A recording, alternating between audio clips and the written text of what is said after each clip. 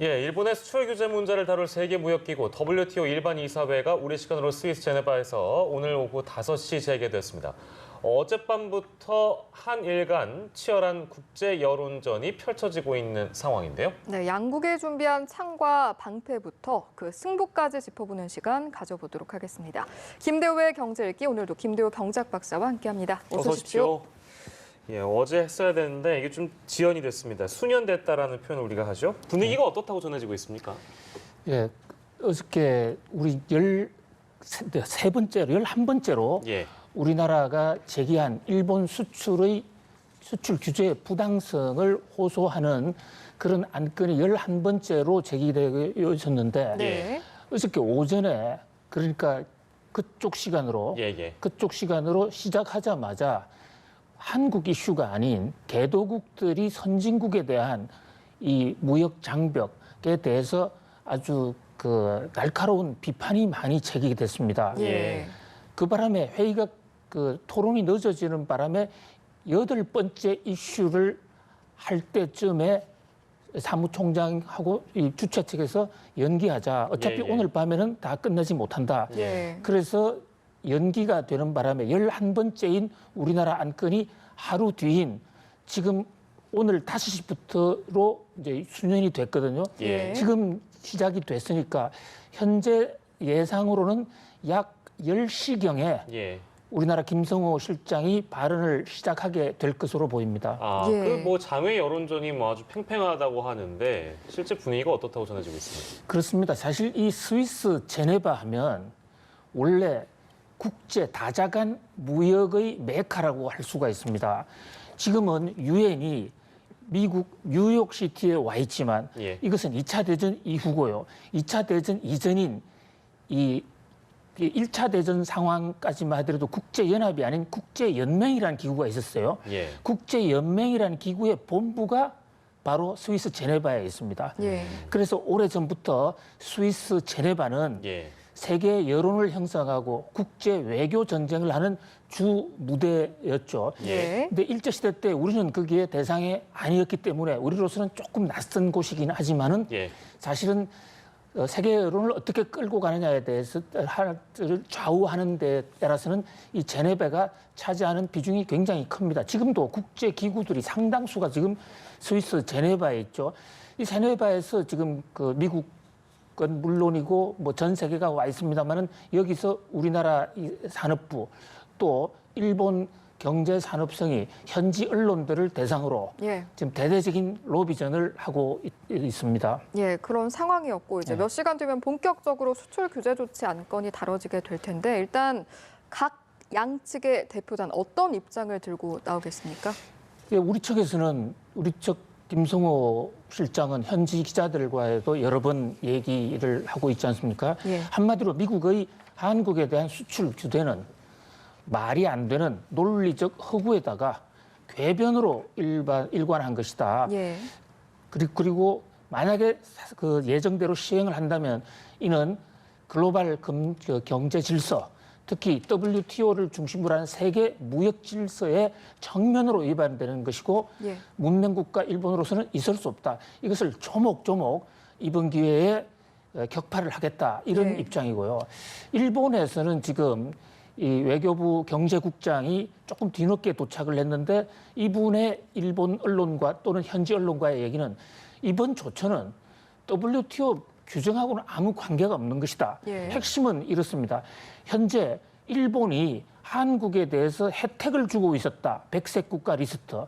그런데 한국이 신뢰를 좀 상실을 했기 때문에 거기에 대해서 통제를 강화하는 것이지 한국에 수출을 하지 않는다거나 한국에 특별히 불이익을 주는 것이 아니다. 이것이 왜 WTO로 와야 되는지 자기는 모르겠다. 지금 이런 식으로 양측이 팽팽하게 맞서고 있는 상황입니다. WTO 같은 경우에는 일단 무엇이 결정이 돼서 이런 걸 강행해라라고 하기보다는 이제 논의가 되는 단계 정도인 것으로 알고 있는데 그렇다고 하더라도 규제 조치의 부당함을 인정받을 수 있다라는 데 있어서는 의미가 있는 것 같습니다. 그렇다면 양측의 의견을 듣고 WTO에서는 좀 어떻게 판단을 하실 거라고 예상을 하시는지요? 지금 만약에 한국이 이제 우리 김성호 실장이 얘기를 하고 일본 측에 의해서 반박을 할 것이라고 보이는데요. 거기에서 제3국 이사들이 개입을 할 수도 있어요. 예.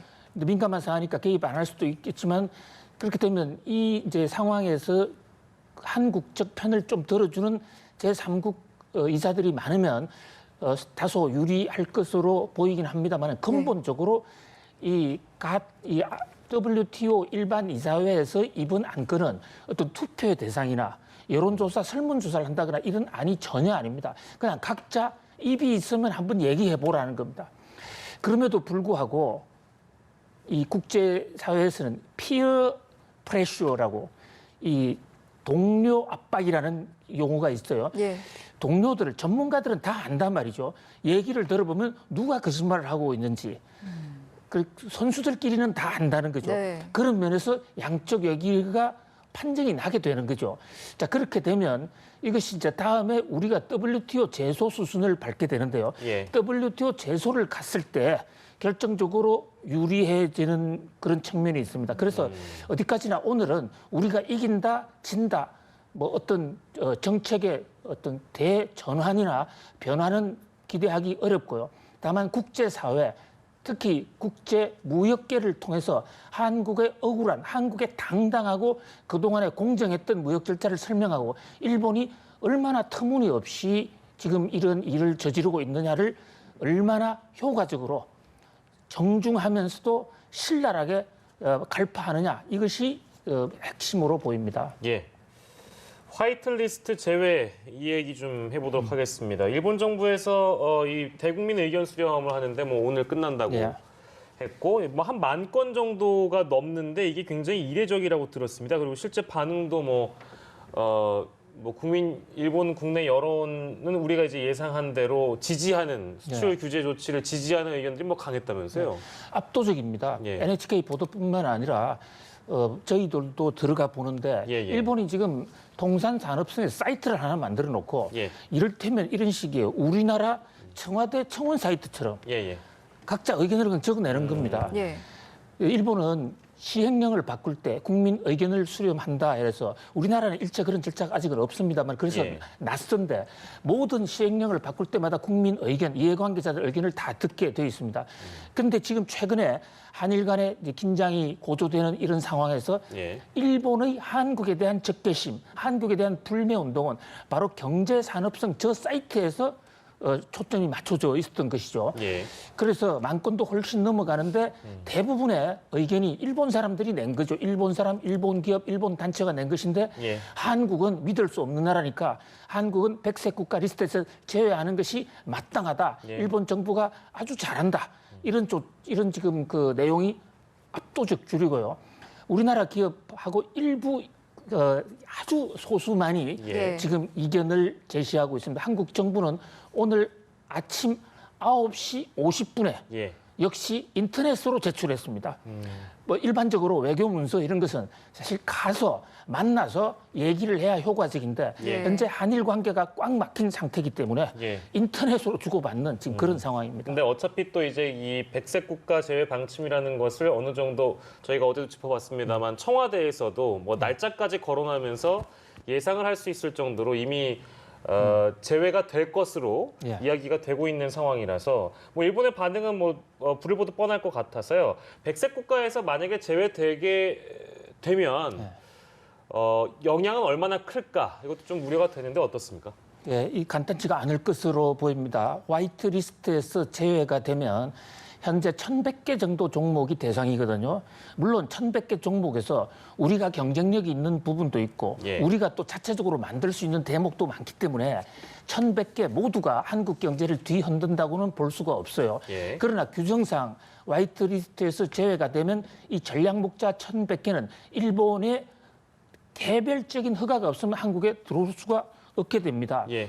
그렇게 되면 일본 의존도가 높은 산업, 일본 의존도가 높았던 기업들은 치명타를 맞게 되는 거죠. 이를테면 자전거의 수소차, 수소 저장 탱크, 탄소 섬유 예. 같은 거 우리 지금 일체 못 만들고 있거든요. 그런 면에서 그를 해당되는 분야는 직격탄을 맞게 되는데 현재 이 산업부에서는 약 100가지 품목이 예. 타격을 받을 가능성이 있다. 그래서 100가지 산업에 대해서 리스트를 만들어 놓고 예. 지금 급한 것은 만약에 일본이 조치를 취할 경우에 예. 조치를 취할 가능성이 굉장히 높은데요. 예, 예. 그랬을 경우에 신속하게 우리가 그 대체할 수 있는 수단, 예. 전 세계를 상대로 예. 일본 제품 대신 예. 가져올 수 있는 그런 물건을 리스트를 뽑아놓고 예. 대체선을 빨리 잡아놓는 산업부에서 하고 있는 것으로 믿고 있습니다만은 예. 그 노력을 더욱더 가속화할 필요가 있을 것 같습니다. 네. 백색 국가에 대한 부분 짚어봤고요. 저희가 다음으로 짚어봐야 할 내용이 규제 조치와 함께 여러 번 언급이 됐던 게 바로 캐치홀 제도라는 건데 지금 일본이 규제 조치의 명분으로 삼기도 했었잖아요. 그런데 이것이 등이라는 표현에 대한 오해에서 비롯됐다라는 이야기가 있더라고요. 이거 무슨 내용인가요? 지금 일본이 한국에 대해서 수출 규제를 강화하는데 예. 내세우는 나름의 논리가 있습니다. 그것이 틀리든 옳든 우리는 그 대목을 좀 주목해 볼 필요가 있거든요. 예. 크게 두 가지로 볼 수가 있어요. 자, 첫 번째, 한국에 지금 CG 자막으로 나오는 캐치올 제도. 예.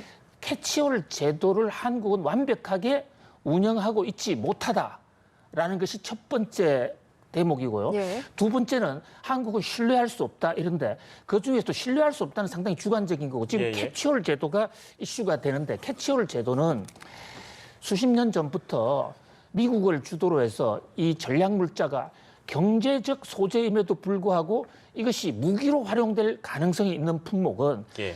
여러 협정 단체를 통해서 품목을 제시해 놓고 이것을 잘 관리하도록 되어 있습니다. 그리고 네. 관리를 잘 못하는 나라에 대해서는 규제를 하도록 되어 있거든요. 예. 그런데 우리나라의 대외무역법 16조를 보면 예. 이 대외무역법에 우리나라가 전략물자를 통제하고 아주 강력하게 일본보다 훨씬 더 강력하게 통제하는 규정이 잘 나와 있는데 네네. 재래식 무기 한 분야에 대해서는 법에 16조에 언급이 되어 있지가 않아요. 예. 자, 이 대목이 이제 오해를 불렀다 하는 건데 예. 여기서 미사일, 핵무기 등 이렇게 되어 있거든요. 네. 이것이 우리나라 법 체계에 대한 일본의 무지몽매하면서 온 것으로 보여요. 우리의 이제 법 체계는 상당수가 법의 모든 것을 제시할 수 없으니까 등등등. 예, 등이라 예를 들어서 그 주택 재건축 사업을 할 때도 토지 소유자 등 하면 건축 소유자도 그게 포함되는 거거든요. 예. 근데 그 대목에 등으로 포함되어 있는 내막을 해석을 하지 않고 재래식 무기가 없다. 예. 이래 된 거예요. 여기는 우리 책임도 좀 있죠. 그동안에 이런 오해가 나오지 않도록 일본 산업성에 충분하게 공부를 좀 시켰어야 되는 거 아닌가. 그런 우리가 그분들을 공부를 시켰어야 된다는 예. 말씀이시죠? 우리가 5천 년 역사 계속해서 불교부터 시작해서 계속 가서 공부를 시켜서 일본어로 키워놓은 거 아닙니까 지금? 예. 최근에 와서는 좀 학업 전수가 좀 잘 안 되지 않나. 근데 그 등등과 이 기타 표현 때문에 지금 오해를 빚었다. 예, 그것이 캐치콜 제도에 일본이 지금 나온 거 보면 재래식 무기는 한국을 통제하지 않는다 나왔거든요. 예. 근데 지금 재래식 무기 통제는 한국이 제일 잘하고 있습니다. 저번에 저희가 순위로 요목조목 또 말씀드렸었잖아요. 예. 이제 그런 관점에서 오해가 있다. 그래서 오늘 성윤모 산업부 장관도 그 얘기를 했어요. 예. 오늘 우리가 일본에 이의를 제기하지 않았습니까? 의견서를. 예. 거기서 캐치콜 제도를 예. 충분히 설명했다. 조금 뒤늦게 이제 한 수를 가르쳐준 그런 꼴이 됐죠. 알겠습니다. 참 이 얘기를 어떻게 좀 받아들여야 될지 모르겠습니다. 오늘 김대회 경제읽기 WTO 일반 이사회 얘기부터요. 캐치올 제도까지 다시 한번 짚어봤습니다. 김대회 경제읽기 김대회 경제학박사였습니다. 고맙습니다. 고맙습니다.